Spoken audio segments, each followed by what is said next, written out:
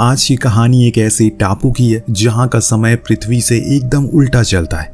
क्या हो अगर वहां कोई घूमने के लिए जाए और अचानक उसे ये पता चले, फिर क्या वो वापस आ पाएगा?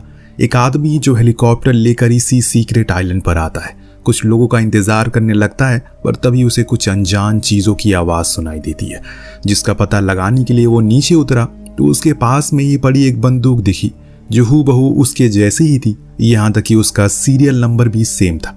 इसके आगे वो कुछ और समझ पाता कि इतने में पीछे से कोई उस पर हमला करता है, उसे जान से मार देता है और फिर वो उसी हेलीकॉप्टर को लेकर उड़ जाता है। लेकिन जैसे ही वो उस चॉपर से हवा में पहुंचता है, एक अनजान लेयर से टकरा कर ब्लास्ट हो जाता है, मानो कोई परत है जो इस आइलैंड की सुरक्षा कर रही है। और इसके पीछे का राज क्या है और ये सब क्यों हो रहा है, चलिए पता लगाते हैं। पास्ट में जाने पर हमें पता चलता है कि अमेरिका की फार्मा कंपनी के लोगों को अपनी खोज के दौरान इस टापू की जानकारी मिली। तो जब उन्होंने इसके बारे में कुछ चीजें जानने की कोशिश करी तो उन्हें ऐसा कुछ मिला जिसे वो सभी अचंभित हो गए। ऐसा भी क्या मुमकिन हो सकता है? इसीलिए वो सभी कई सालों तक यहाँ अजीबोगरीब एक्सपेरिमेंट करते रहे। लेकिन फिर एक दिन कुछ ऐसा घटित हो जाता है जिससे सब कुछ तबाह हो गया।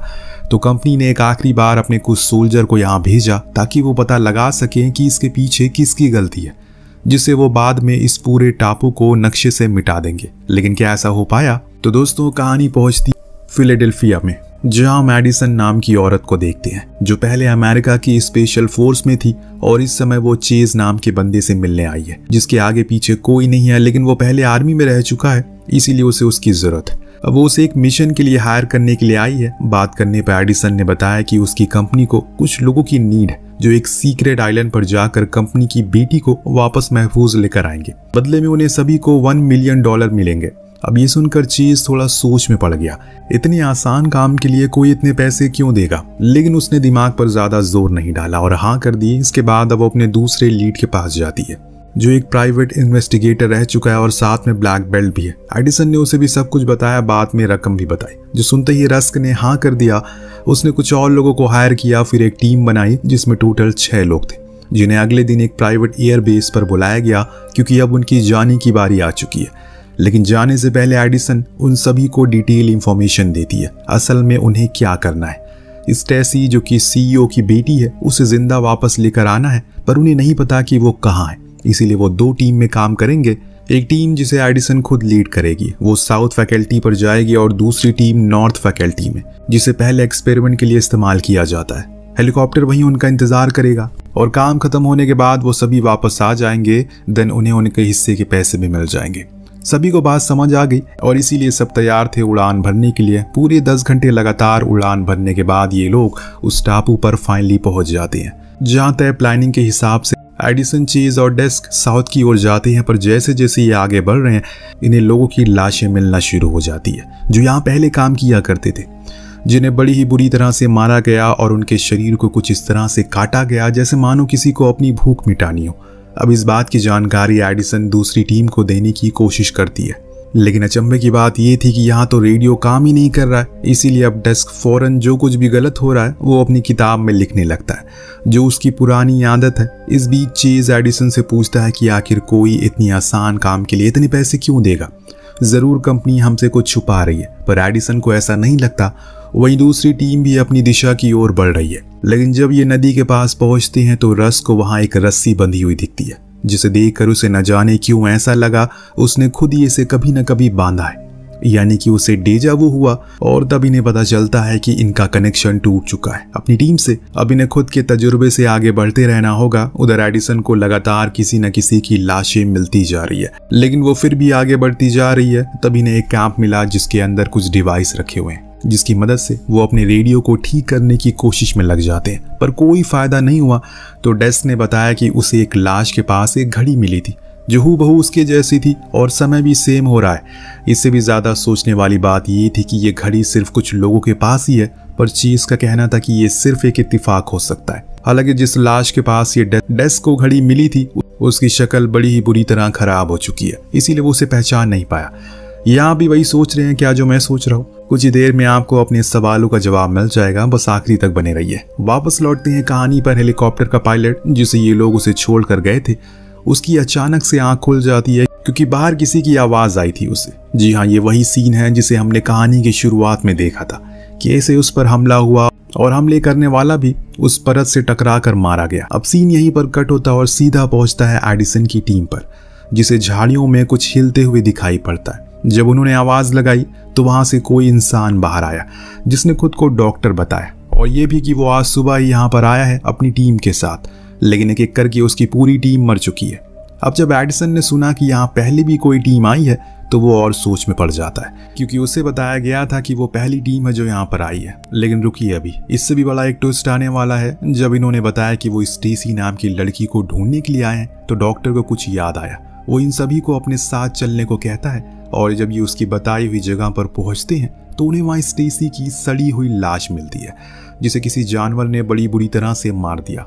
अब ये देखकर एडिसन तो परेशान हो गई, क्योंकि उसका मिशन तो यहीं पर खत्म हो चुका, क्योंकि स्टेसी तो मारी जा चुकी है पहले ही। तो क्या पता अब उनके पूरे पैसे भी ना मिले। तो उसे ख्याल आया कि उसे स्टेसी तो मिल ही चुकी है, भले ही मरी हुई, इसीलिए वो उसकी लाश को ही लेकर जाएंगे ताकि कुछ तो उनके पास रहे। अब धीरे धीरे करके अंधेरा भी होने लगा है, तो इन्होंने वहीं टेंट लगाकर रात गुजारने का तय किया। तब डेस्क अपनी डायरी में फिर से घबरा कर कुछ लिखना शुरू करता है। जब डॉक्टर ने उस डायरी को देखा, उसने अपने पास से भी एक डायरी निकाली जो हूबहू वैसी ही थी। ये उसे रास्ते में पड़ी मिली, पर इससे भी ज्यादा हैरान कर देने वाली बात ये थी कि इस डायरी में एक दिन पहले की बात लिखी गई थी, वो भी खुद डेस्क की हैंडराइटिंग में। ये सब जानने के बाद सभी के चेहरे पर एक परेशानी और डर का संदेश आता है कि ऐसा कैसे मुमकिन हो सकता है। वो तो आज सुबह ही यहाँ पर आए हैं, फिर ये डायरी कैसे मिली उन्हें?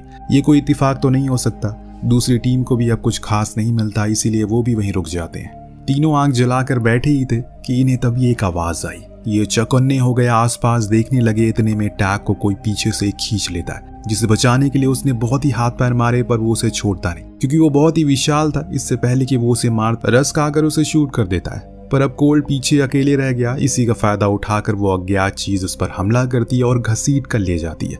जब कोल ने ध्यान से देखा तो वो चीज असल में वही था, लेकिन अब अजीब से रूप में, जो उसने आज से पहले कभी नहीं देखा था। अब यहाँ वो कुछ कर पाता, उससे पहले ही वो उसे मार कर खत्म कर देता है, यानी कि एक और मौत हो चुकी है। अब बचे हुए लोगों का मन में कई सवाल हैं, पर सबसे ज्यादा चीज उन्हें जो परेशान कर रही है वो ये है कि एक ही जैसी दो चीज कैसे हो सकती है इस टापू पर, वो भी उनकी खुद की चीज, जबकि वो सुबह ही यहाँ पर आए।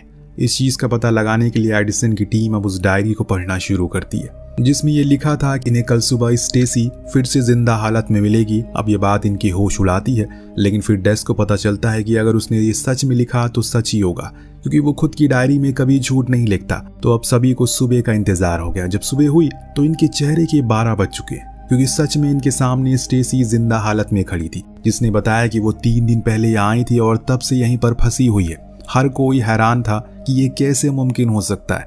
उधर रस्क और टैग कल वाले हादसे से काफी डरे हुए हैं, इसीलिए वो जल्दी जल्दी चलते हुए फाइनली नॉर्थ साइड के कैंप तक पहुंचते हैं, जहां उन्हें सेम वैसे ही कैंप मिला जो साउथ जोन पर था। इसके अंदर उन्हें एक वॉकी टॉकी भी मिला, जिसे ऑन करने पर खुदकिस्मती से कनेक्शन हो जाता है। एडिसन ने उठाया। दोनों ने अपने हालातों के बारे में सब कुछ विस्तार में बताया, जो जानकर दोनों की टीम अब इतना तो समझ चुकी है कि इनसे झूठ कहा गया है। यहाँ वैसा कुछ नहीं है जैसा वो सोच रहे हैं, बल्कि यहाँ तो कुछ और ही माजरा है जो उनकी समझ से परे है, और न जाने कब इनका अंत हो जाए। बाहर बैठी स्टेसी सब कुछ बताती है कि कैसे वो यहाँ पर आई अपनी टीम के साथ, लेकिन कुछ ही समय बाद वो सभी एक दूसरे को ही मारने लगे।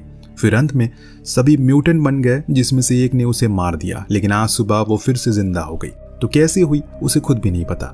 इधर डॉक्टर ने आधी से ज्यादा गुत्थी को सुलझा लिया। डेस्क की उस भविष्य की किताब को पढ़कर उसका कहना था कि ये आइलैंड असल में पृथ्वी के भूगोल से एकदम परे है। इसके पास एक अलग शक्ति का प्रकोप है, जिसे सिर्फ 72 घंटे तक सीधे समय चलता है, और इसके बाद वक्त दोबारा बदल जाता है, सब कुछ नया हो जाता, यानी कि हर 3 दिन के भीतर यहाँ पर हर टीम का एक अलग वर्जन यहाँ पर लैंड करता है, और फिर जो कुछ भी घटनाएं होती वो उन्हीं में मिल जाता है। यानी कि वो पहली बार यहाँ नहीं आए।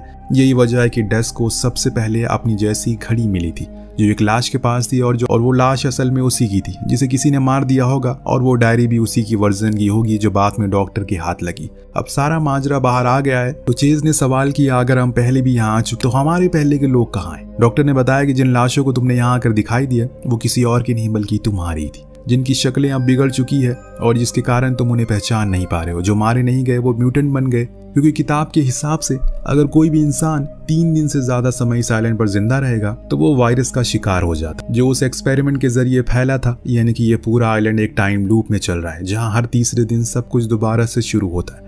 सब कुछ जानने के बाद ये सब अब डर चुके हैं, क्योंकि उन्हें अब इस बात का डर सता रहा है क्या वो कभी यहाँ से जिंदा वापस जा भी पाएंगे या फिर नहीं।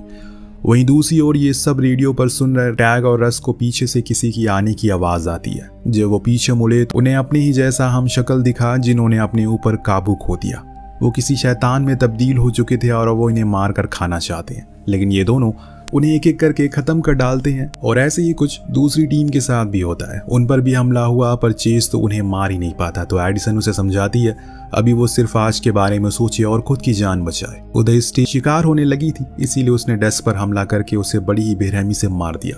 लेकिन बाद में एडिसन ने उसे फिर मार डाला। लेकिन टैग को पता है कि ये अंत नहीं है, अभी तो ये सिर्फ शुरुआत है, क्योंकि अगले कुछ समय में फिर से दूसरे वर्जन आएंगे और फिर वो भी म्यूटेंट बन जाएंगे। ये सिलसिला ऐसे ही चलता रहेगा। तो रस्क ने न जाने कैसे इस आइलैंड के बाहर मौजूद उस कंपनी से कांटेक्ट कर लिया जिन्होंने उन्हें यहाँ पर भेजा था। उसने उसे झूठ कहा कि हमें स्टेसी मिल चुकी है और इसीलिए अब आप रेस्क्यू टीम को यहाँ भेज दीजिए, क्योंकि हमारा चॉपर खराब हो चुका है। लेकिन यहाँ उस कंपनी को सब कुछ पहले से पता था, इसीलिए तो उन्होंने कुछ ऐसे लोगों को चूज किया जिनके आगे पीछे कोई ना हो, ताकि अगर कोई भी गड़बड़ी हो तो वो इस बात को आसानी से संभाल सके। दरअसल ये सब एक एक्सपेरिमेंट का हिस्सा था जो कि कंपनी ने कई लोगों के बीच में किया था। और डरा देने वाली बात ये थी कि अगले 12 घंटे के अंदर कंपनी इस पूरे आइलैंड को उड़ा देने वाली है। ये सुनने के बाद तो रस्क बहुत ही ज्यादा डर जाता है।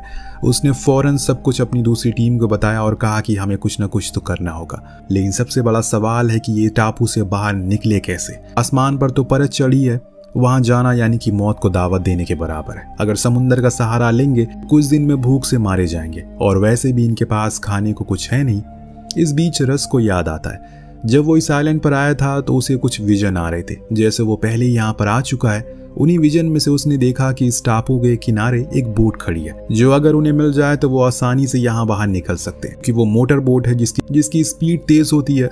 ये बात उसने एडिसन को बताई और कहा कि उसकी लोकेशन से वो बोट की लोकेशन नजदीक है, तो वो पहले जाए और उनके आने का इंतजार करे ताकि वो सभी साथ में इस जगह से निकल सके। एडिसन मान गई और एक बार ही उसकी भी किस्मत आजमाने को तैयार हो गई। दोनों टीम अब उस दिशा की ओर चल पड़ी है और बात के मुताबिक एडिसन की टीम जल्दी पहुंच गई। यहाँ रस की बात सच भी होती है। उन्हें वहाँ एक बोट मिली जिसमें डॉक्टर ने चेक करा तो उसमें अच्छा खासा फ्यूल था, जो उन्हें किसी पास के पोर्ट तक तो पहुंचा ही सकता है, अगर बीच में उनका सामना किसी भयानक तूफान से ना हुआ तो। ये लोग अब उन दोनों का इंतजार करने लग गए, पर वो दोनों उन म्यूटेंट से लड़ रहे हैं। उनके पास अब गोलियां खत्म हो चुकी है। उन्हें खुद अपने हाथों से लड़ना पड़ रहा है, जिसमें वो नाकामयाब हो रहे हैं, क्योंकि ये उनके खुद के पुराने वाले वर्जन है जो इनसे ज्यादा ताकतवर है, जिसके कारण टैग लड़ते लड़ते मारा जाता है। तो वहीं रस्क भी अब हार चुका है, क्योंकि उसके पीछे उसी का वर्जन उस पर बंदूक ताने खड़ा है। लेकिन इससे पहले कि वो उसे शूट करता, चेज ने आकर उसकी जान बचा ली। इससे पहले वो उसे लेकर भाग पाता, गलती से उसके पैर एक जाल में पड़ गया, जिससे वो बुरी तरह से फंस जाता है। अब उसमें से बाहर निकल पाना असंभव था, इसीलिए रस्क कहता है कि तुम जाओ, क्योंकि अब समय करीब है, जो कि सच भी था। पूरे आइलैंड पर धमाके होने शुरू हो जाते हैं, इसीलिए चीज उसे अपनी बंदूक देकर भाग गया। इधर बोट पर डॉक्टर कहते हैं कि हमें चलना चाहिए, पर एडिसन अपने साथियों को लिए बिना कैसे जाएगी, इसीलिए डॉक्टर को अब उसे मजबूरन बेहोश करना पड़ता है, जिसके बाद वो बोट लेकर फरार हो जाते हैं। लेकिन अहम मौके पर चेज बोट की रस्सी को पकड़ लेता है। जब एडिसन को होश आया तो उसने देखा कि डॉक्टर अब धीरे धीरे करके म्यूटेंट बनने लगा, क्योंकि उसके 3 दिन पूरे हो चुके हैं, क्योंकि वो उनसे पहले यहाँ पर आया था। लेकिन इससे पहले कि वो उसे कोई नुकसान पहुंचा पाती, एक गोली आकर उसे सीधा खोपड़ी पर लगती है, जो दूर उसी आइलैंड से रस्क ने चलाई थी, जिसने अपनी आखिरी समय पर भी अपने साथियों की जान बचाई। अब सिर्फ बचे हैं 2 लोग, एडिसन और चीज, जो कामना कर रहे हैं कि किसी भी तरह करके इस लेयर को क्रॉस कर दें। उन धमाकों के कारण उस लेयर में कुछ होल हो गए हैं, जिससे कि वो कमजोर हो गई है, इसीलिए दोनों उन्हीं होल में बाहर आ जाते हैं और सुरक्षित हो जाते हैं।